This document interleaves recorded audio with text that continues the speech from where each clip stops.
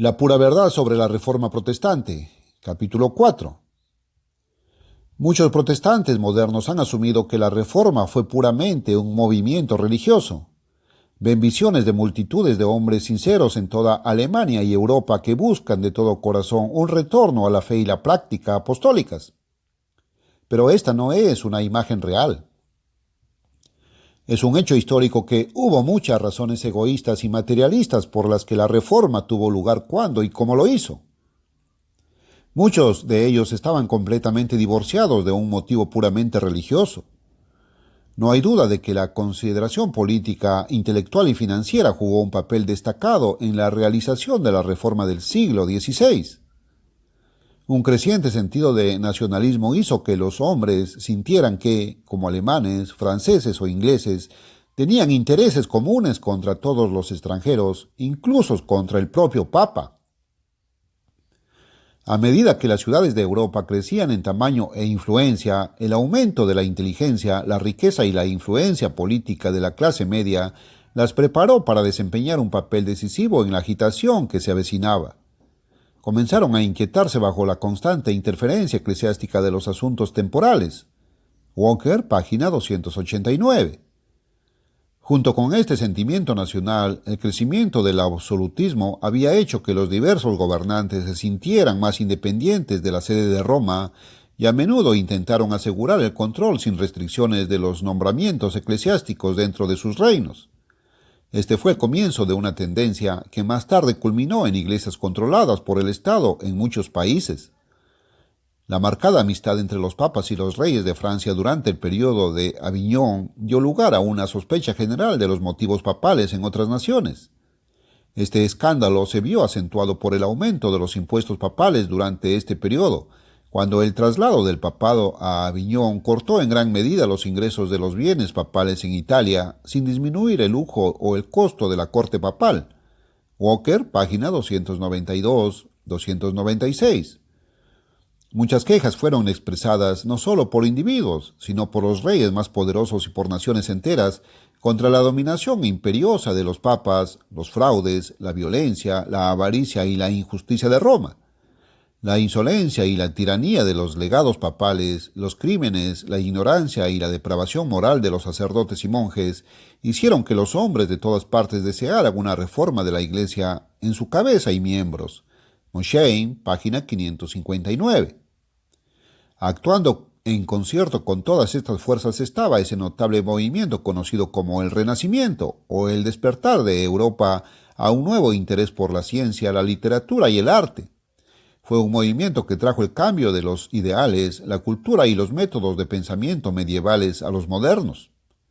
Si queremos entender la reforma que siguió, primero debemos examinar la interacción y la acción de cada uno de estos factores que jugaron un papel tan importante en su dirección y resultado final. Como hemos visto, el poder papal alcanzó su apogeo bajo Hildebrando, 1073 a 1085, quien incluso más que sus predecesores apuntó a la subordinación completa del imperio a la Iglesia romana. La prosecución de esta empresa provocó una prolongada lucha por el poder entre el papado y el imperio. En esta lucha, los papas tenían grandes ventajas sobre los emperadores, cuyos dominios reales estaban lejos de ser coextensivos con el área dominada por la Iglesia. Un apoyo muy eficaz se encontró en la disposición de los propios príncipes alemanes a poner freno al poder de los emperadores. Y en las cruzadas, los papas tuvieron la oportunidad de dirigir el entusiasmo religioso de la gente común en todas las naciones. Fisher, de Reformation, página 26 a 28. Finalmente, el papado triunfó en esta lucha y el emperador penitente Enrique IV se vio obligado a humillarse ante el papa Hildebrando para conservar la lealtad de sus súbditos. Así, contemplamos el espectáculo de la Iglesia gobernando sobre el Estado y dictando su voluntad a los emperadores romanos. De hecho, la Iglesia había dominado durante mucho tiempo el imperio hasta cierto punto, pero nunca tan completamente. En los 18 años, de 1198 a 1216, en los que reinó Inocencio III, la institución papal brilló en todo su esplendor. La imposición del celibato había colocado a todo el cuerpo del clero en una relación más cercana con el soberano pontífice. El vicario de Pedro se había convertido en el vicario de Dios y de Cristo. El rey era para el Papa como la luna para el sol, una luminaria inferior que brillaba con luz prestada. Fisher, de Reformation, página 29. Así vemos que los papas se estaban haciendo pasar por Dios en la tierra. Enseñaron que Cristo estaba estableciendo su reino milenario en la tierra a través de ellos. Sin embargo, antes de que este poder papal pudiera ejercerse por mucho tiempo, se hizo evidente que había nuevas fuerzas surgiendo en Europa para desafiar su supremacía. En muchos países, el patriotismo de la gente estaba resultando en una falta de voluntad para someterse a la dominación extranjera sobre sus propias iglesias nacionales y una renuencia a pagar el óbolo de Pedro por la construcción de magníficas catedrales en Roma. Herwood, página 151. En el ejercicio de su poder político y financiero, la Iglesia Católica estaba a punto de caer. Los papas parecían tener un ansia insaciable de dinero. Esta riqueza no solo se utilizó para promover su búsqueda de una vida voluptuosa y fácil, sino también para comprar amigos y poder. Los pontífices romanos pudieron extraer este dinero de sus incautos súbditos por diversos medios ocultos bajo la apariencia de religión. Mosheim describe este abuso de poder. Entre estos artificios, lo que se llamaba indulgencias, es decir, la libertad de comprar los castigos de sus pecados contribuyendo con dinero a usos piadosos, ocupaba un lugar distinguido, y a estos se recurría tan a menudo como se agotaba el tesoro papal, con inmenso perjuicio de los intereses públicos. Bajo algún pretexto plausible, pero en su mayor parte falso, la gente ignorante y timorata fue engañada con la perspectiva de una gran ventaja por los vendedores ambulantes de indulgencias, que eran en general personajes viles y despilfarradores. Historia de la Iglesia, página 560. Estos escándalos proporcionaron una razón muy adecuada a los ojos de muchos príncipes alemanes, por ejemplo, para sacudirse el yugo papal, ya sea por reforma o revuelta, para liberarse de los impuestos e interferencias papales y apoderarse de la riqueza de las iglesias y monasterios a los que se les atribuyó. El ataque posterior de Lutero a la política financiera papal y los impuestos lo convirtió instantáneamente en un campeón de la clase media alemana e indirectamente de todos sus compatriotas, que durante mucho tiempo habían albergado sentimientos de resentimiento hacia los astutos y fáciles de vivir italianos. En Inglaterra prevaleció relativamente la misma situación. El rey Enrique VIII había despilfarrado la mayor parte del tesoro real heredado de su padre más astuto.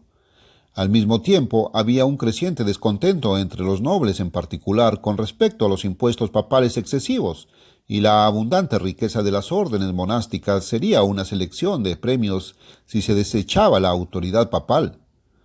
Es significativo que una de las primeras acciones de Enrique después de ser reconocido como el jefe supremo de la Iglesia y el clero de Inglaterra fue ordenar la confiscación de la riqueza de la Iglesia, particularmente la de las órdenes monásticas. A través de la negligencia real y la extravagancia surgió una clase de partícipes del botín monástico cuyos intereses creados residían en la separación continua de la Iglesia de Roma. Esta facción era una poderosa garantía contra cualquier movimiento posterior de reconciliación con el papado. Walker, An Online History of the Catholic Church, página 56. En vista de estas muchas tentaciones y de la tendencia nacionalista ya en marcha, debería haber sido el interés principal de los papas reconciliar las objeciones políticas y financieras de las diversas naciones. Pero ese no fue el caso. Si bien el papado debería haber estado haciendo todo lo posible para evitar agravar a los pueblos de Europa con su despiadada política financiera, hizo todo lo contrario. Para enriquecer a sus propios parientes o fortalecer los estados de la Iglesia, los papas a menudo aplicaban la riqueza que recibían de las indulgencias y la venta de cargos eclesiásticos. Fisher describe el carácter miserable de algunos de estos papas. Inocencio VIII, además de adelantar la fortuna de 7 hijos ilegítimos y librar 2 guerras con Nápoles, recibió un tributo anual del sultán por detener a su hermano y rival en prisión, en lugar de enviarlo a dirigir una fuerza contra los turcos, los enemigos de la cristiandad. Alejandro VI, cuya maldad trae a la mente los días oscuros del papado en el siglo X, se ocupó de construir un principado para su hijo favorito, ese monstruo de la depravación, César Borgia, y de amasar tesoros por medios viles y crueles para el sostenimiento de la licenciosa corte romana. Se dice que murió por el veneno que hizo preparar para un cardenal rico, quien sobornó al jefe de cocina para que lo presentara ante el Papa mismo. La Reforma, página 44 y 45. Por lo tanto, es evidente que cuando los reformadores comenzaron sus súplicas por una ruptura con la autoridad papal, la amplia respuesta a menudo no fue tanto por motivos religiosos sinceros como por el deseo práctico y natural de muchos de apropiarse de las recompensas políticas y financieras hasta entonces retenidas y controladas por la Iglesia romana. Otro factor importante en la preparación del camino para la Reforma fue el renacimiento del aprendizaje, la literatura y el arte llamado Renacimiento. Los líderes de este movimiento no solían ser sacerdotes o monjes, sino laicos. Se abrió como un movimiento literario y aún no era abiertamente antirreligioso, sino solo escéptico e inquisitivo. Fue ayudado en gran medida por la invención de la imprenta en 1455 por Gutenberg. Por primera vez, los libros podían distribuirse por miles, y es significativo que el primer libro impreso fuera la Biblia. El Renacimiento estimuló el patriotismo y sirvió para inspirar la producción de una literatura nacional. Fomentó la independencia de pensamiento y de las políticas nacionales y condujo al desarrollo de los conceptos nacionalistas europeos modernos tal y como los conocemos. A medida que surgieron gobiernos nacionales fuertes, esto naturalmente tendió a frenar la autoridad de lo que se había considerado como la Iglesia Universal. La influencia del Papa y el clero se limitó cada vez más a la esfera religiosa y la política diplomática de cada nación siguió un curso más independiente. El creciente interés en los clásicos paganos ejerció una marcada influencia sobre las clases educadas y las hizo romper con la escolástica medieval y en muchos casos con toda preocupación seria por la religión como tal. Los ideales medievales habían sido de otro mundo y fomentaban la abnegación. El Renacimiento introdujo el humanismo y la expresión de las tendencias inherentes al hombre. La actitud de reclusión ascética dio paso a la búsqueda del pleno disfrute de todo lo que el mundo puede ofrecer. Una búsqueda racional en la historia y la literatura del pasado sometió a muchos documentos de la Iglesia a un examen crítico. Lorenzo Valla, 1405 a 1457, inició una escuela de crítica histórica, quien expuso la falsedad de la donación de Constantino y negó el origen apostólico del credo de los apóstoles. Toda esta investigación y renacimiento de los intereses humanos sirvió para socavar la autoridad y la influencia de la Iglesia Católica. Durante aproximadamente 2 generaciones antes de la Reforma Protestante, los papas mismos intentaron entrar en el espíritu del Renacimiento, y los papas de esa época estaban marcados por la cultura más que por la fe religiosa. Esto, naturalmente, resultó en que la corte papal se volviera aún más mundana y provocó una mayor demanda de una reforma de la Iglesia. Un resultado muy beneficioso del Renacimiento fue el renovado interés en el estudio del hebreo y el griego. Esto promovió una mejor comprensión de la Biblia, en la que se basó la gran obra reformadora de Lutero, Zwinglio y Calvino. Sin esta preparación, su trabajo no habría sido posible. Walben, Historia de la Iglesia Cristiana, página 199. Quizás el erudito renacentista más destacado fue Desiderio Erasmo, quien había sido acusado de poner el huevo que Lutero incubó. Estudió en varias naciones europeas diferentes. Aunque era principalmente católico romano, sus provocativas sátiras de los abusos clericales de su tiempo y su llamamiento a volver a la simplicidad del cristianismo original tuvieron un profundo efecto en las clases educadas de su tiempo y a través de ellas llegaron a las masas de personas. Erasmo estaba convencido de que el sistema romano estaba lleno de superstición y corrupción. Sin embargo, no tenía ningún deseo de romper con el catolicismo. La consideraba sentimentalmente como la madre de la sociedad y las artes, y era demasiado intelectual simpatizar con la revuelta luterana, cuyos brutales excesos lo repelían. Por lo tanto, ninguno de los bandos en la lucha que se abrió en la última parte de su vida lo entendió, y su memoria ha sido condenada por escritores polémicos, protestantes y católicos. Su propio pensamiento era que la educación, el regreso a las fuentes de la verdad cristiana y la flagelación de la ignorancia y la inmoralidad por la sátira despiadada llevarían a la Iglesia a la pureza. Con este fin trabajó. Walker, A History of the Christian Church, página 329. Por lo tanto, encontramos que los humanistas ayudaron a preparar el camino para la Reforma. Desacreditaban gran parte de la teología católica. Animaron a los hombres a estudiar la Biblia y los escritores cristianos primitivos desde un nuevo punto de vista. Ayudaron a liberar las mentes de los hombres del tradicionalismo medieval y comenzaron una era de erudición y pensamiento independientes centrados en los deseos y necesidades del hombre. Con el auge del nacionalismo, la invención de la imprenta y el aumento de la distribución del conocimiento, este movimiento intelectual eventualmente habría provocado tremendos cambios en el catolicismo medieval y en la libertad del individuo, incluso si no hubiera habido Lutero, Zwinglio o Calvino. Entonces, cuando comenzó la Reforma, fue ayudada al éxito por fuerzas que eran de naturaleza puramente intelectual y a menudo irreligiosa. Los detalles de la moral degenerada y la corrupción eclesiástica en el periodo inmediatamente anterior a la Reforma son tan bien conocidos que solo necesitan un breve resumen y análisis aquí. Pero surge una pregunta de vital importancia que generalmente se pasa por alto o se deja de lado.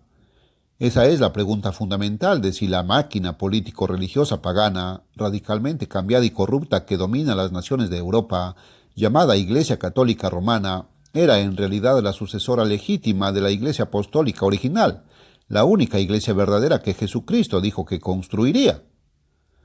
Porque, como veremos más adelante, las iglesias protestantes, en su conjunto, basan su afirmación de unidad histórica con la Iglesia Apostólica en su descendencia directa de la Iglesia Católica Romana, su iglesia madre. ¿Fue esta iglesia la iglesia que Jesús construyó? ¿Estaban sus líderes y sus miembros llenos y guiados por el Espíritu de Dios? Este es un punto vital, porque como dice el apóstol Pablo, y si alguno no tiene el Espíritu de Cristo, no es de él. Romanos 8:9. No podemos hacer nada mejor que sacar nuestras conclusiones de las declaraciones de historiadores reconocidos en este campo. Plummer hace una comparación directa, y tan pronto como el renacimiento de las cartas hizo que se conociera el contenido del Nuevo Testamento y la enseñanza de los padres, se vio que lo que pasaba por cristianismo a fines del siglo XV era apenas reconocible como tal, cuando se colocaba al lado de lo que sabemos del cristianismo al final de la era apostólica. La Reforma Continental, página 11. El notable historiador d'Aubigné da una descripción pintoresca y completa de este estado de cosas en la vida cotidiana de la gente. Veamos ahora cuál era el estado de la Iglesia antes de la Reforma.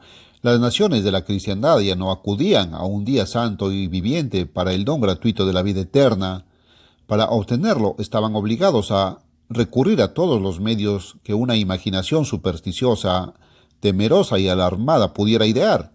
El cielo estaba lleno de santos y mediadores, cuyo deber era solicitar esta misericordia. La tierra estaba llena de obras piadosas, sacrificios, observancias y ceremonias por las cuales se obtendría. Historia de la Reforma, página 17. Cristo fue considerado como un juez severo.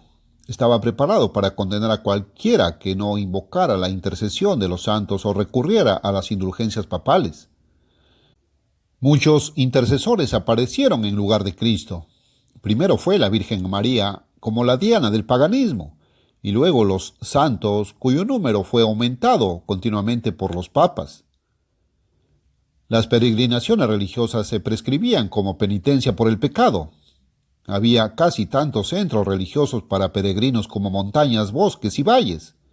En estas peregrinaciones, la gente traía a los sacerdotes dinero y cualquier cosa que tuviera algún valor: aves, patos, gansos, cera, paja, mantequilla y queso.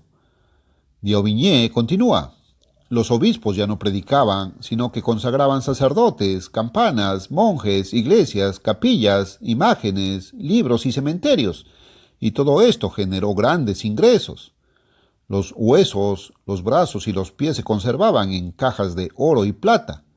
Se daban durante la misa para que los fieles los besaran, y esto también era una fuente de gran beneficio. Toda esta gente sostenía que el Papa, sentado como Dios en el tiempo de Dios, no podían errar y no sufrirían ninguna contradicción. Se cuenta que en la misma iglesia donde Lutero predicó en Wittenberg se mostró un supuesto fragmento del arca de Noé, un trozo de madera de la cuna de Jesús, algunos cabellos de la barba de San Cristóbal y 19.000 otras reliquias. Estas reliquias religiosas se vendían por el campo y se vendían a los fieles por los méritos espirituales que se suponía que debían otorgar.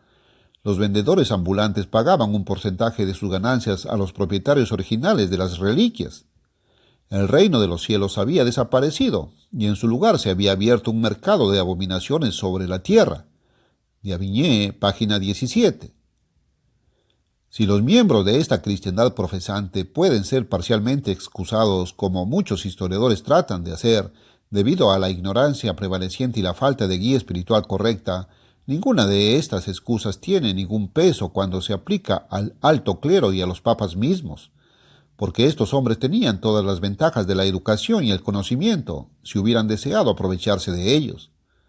La deplorable corrupción de la Iglesia romana durante el siglo justo antes de la Reforma es espantosa. Muchos de los papas no eran más que gángsters respetables. No se encuentra rastro del Espíritu Santo de Dios en sus palabras o acciones. Sin embargo, encabezaron y representaron lo que se suponía que era la única Iglesia de Dios en la tierra. Con respecto a dos de estos papas, Oerey afirma: Sixto IV tuvo 16 hijos ilegítimos a quienes tuvo especial cuidado de mantener y enriquecer. Pero de todos los papas de esta época, quizás Roderick Borgia, que asumió el nombre de Alejandro VI, sobresalió en maldad. Se le ha llamado el Catilina de los papas, y las villanías, crímenes y enormidades registradas de él son tantas y tan grandes que debe ser seguro que estaba desprovisto no sólo de toda religión, sino también de decencia y vergüenza. Historia de la Iglesia, página 211-212. Era una práctica común en aquellos tiempos que los sacerdotes pagaran el precio del chantaje a sus obispos por las concubinas ilegales con las que compartían sus camas y por cada hijo bastardo así producido. De Avigny, página 18. La religión romana ya no contenía nada que la hiciera ser estimada por aquellos que eran verdaderamente piadosos, y casi toda la adoración de Dios consistía en ceremonias paganas externas. Los sermones que ocasionalmente se dirigían a la gente no sólo carecían de todo gusto y buen sentido, sino que estaban llenos de fábulas y ficciones nauseabundas. Mosheim, página 547. Y sin embargo, después de relatar estos relatos del hedor espiritual, la depravación total de la moral y la total ignorancia o desprecio por toda la verdad y virtud cristiana que había alcanzado a la Iglesia romana durante muchas generaciones, estos mismos escritores protestantes intentan en el siguiente aliento etiquetar este sistema réprobo como la Iglesia de Cristo, la Iglesia que Jesús dijo que construiría, el cuerpo lleno del Espíritu del cual es Él la cabeza viviente. Efesios 1:22. Observe el lamento lastimoso de Aubigny. El mal se había extendido por todos los rangos, un fuerte engaño había sido enviado entre los hombres, la corrupción de las costumbres correspondía a la corrupción de la fe. Un misterio de iniquidad oprimió a la iglesia esclavizada de Cristo. Historia de la Roma, página 20. Del hecho de que se necesitaba una purificación y limpieza de esta sociedad no hay duda. Pero del supuesto hecho de que este sistema totalmente paganizado era la Iglesia de Dios en la tierra, hay una gran duda. De hecho, la descripción de la verdadera Iglesia tal como se da en el Nuevo Testamento está en total contradicción con la fe, la práctica y la vida del catolicismo romano tal como ha existido durante cientos de años. El mandato inspirado de Pedro de arrepentirse y ser bautizado, Hechos 2:38, fue reemplazado por el mandato romano de hacer penitencia, confesar y pagar al sacerdote. La forma de vida apostólica de amor y obediencia a las leyes espirituales de Dios fue reemplazada por un patrón de temor y una observancia supersticiosa de ayunos especiales, fiestas y festivales eclesiásticos completamente ajenos a Cristo y a la Iglesia verdadera primitiva. En lugar de la forma inspirada de gobierno de la Iglesia instituida por Cristo y llevada a cabo por los apóstoles, encontramos una jerarquía corrupta de oficios sacerdotales que ni siquiera se mencionan en la Biblia. Y sobre todo el sistema corrupto encontramos al Papa Romano sentado como Dios en el templo de Dios, segunda de Tesalonicenses 2:4, a menudo desobedeciendo él mismo a todas las leyes de Dios y del hombre, pero presentándose con autoridad como el vicario de Cristo y permitiendo y animando a los hombres a postrarse ante él en una especie de adoración que Pedro y los otros apóstoles habrían temido permitir. Hechos 10, 25, 26. ¿Fue este sistema religioso político completamente degradado el descendiente legítimo de la Iglesia fundada por Jesús y los apóstoles?